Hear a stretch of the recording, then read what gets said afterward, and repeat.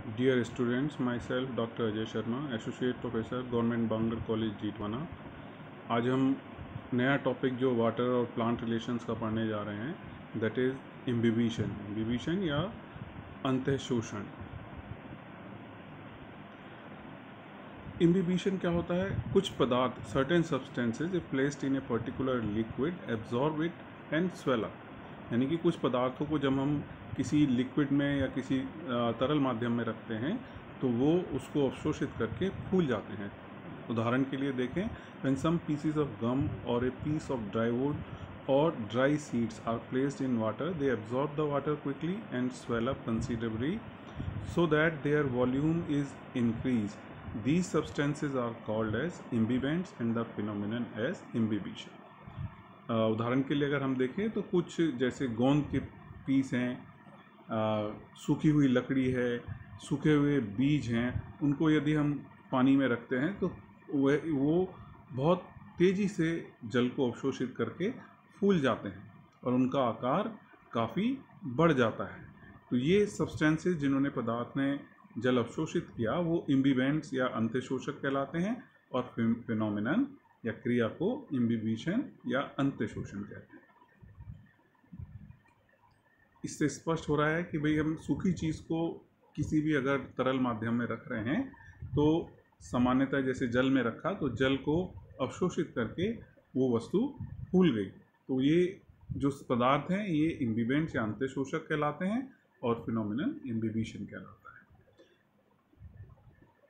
ये फिनोमिनन जो होता है या जो क्रिया है सामान्यतः आकर्षण बल होता है जो पदार्थ है सोखने वाले और जो इम्बाइब सब्सटेंस है यानी कि जिसका अंतःशोषण किया गया, दोनों के अंदर एक प्रकार का आकर्षण बल होता है। In plants this is because of the presence of a large number of hydrophilic colloids both in living as well as dead cells in the form of protein, carbohydrate such as starch, cellulose, pectic substances etcetera. पौधों के अंदर हम देखते हैं कि ये जो क्रिया है वो क्यों होती है। पौधों की लिविंग या डेड कोशिकाओं के अंदर बहुत सारे जल स्नेही कोलाइड्स होते हैं, पदार्थ होते हैं, जैसे प्रोटीन, कार्बोहाइड्रेट्स, स्टार्च, सेलुलोज और पैक्टिक सब्सटेंसेस के रूप में।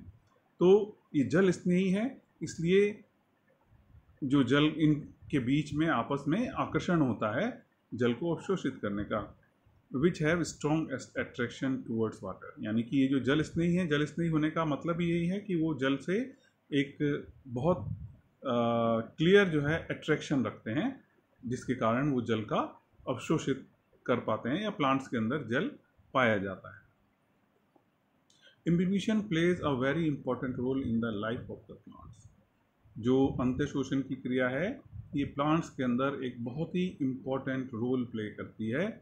इसमें जो फर्स्ट स्टेप है वो है absorption of water by the roots of higher plants in the imbibition of water by the cell walls of the root hairs.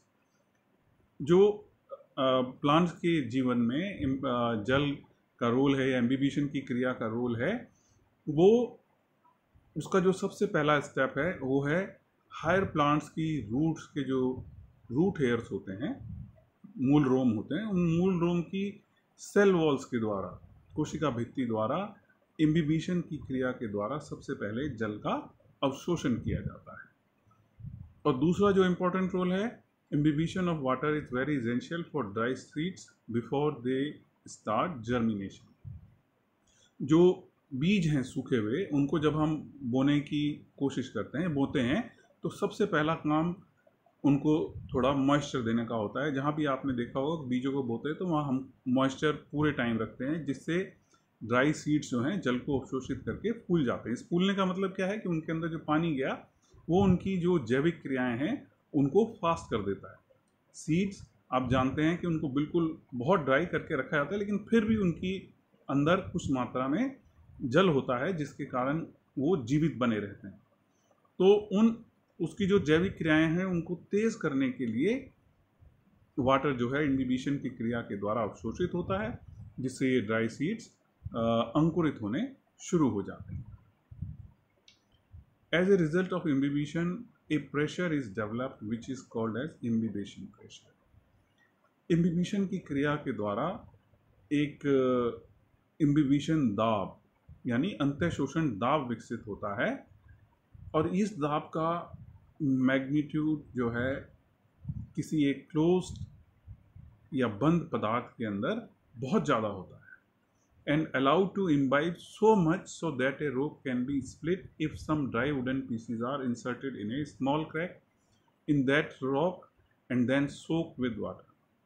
ये प्रेशर इम्बिबिशन का जो अंतःशोषण का दाब है वो इतना ज़्यादा होता है, यदि हम किसी छोटी सी चट्टान में या किसी रॉक में जो उसमें दरार है उसके अंदर सूखी लकड़ी या वुडन का पीस जो है लगा के उसको हम क्रैक को या रॉक को पानी के अंदर डुबो दें, तो कुछ समय बाद ये इसके जो सूखी लकड़ी है इसके फूलने के कारण पूरा का पूरा रॉक क्रैक हो जाता है।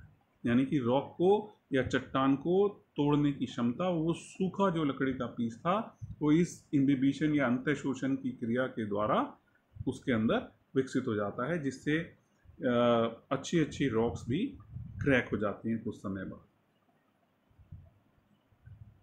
इसके बाद नेक्स्ट जो हमारा टॉपिक है वो डिफ्यूज़न है, जिसको हम नेक्स्ट चैप्टर में नेक्स्ट वीडियो में देखेंगे।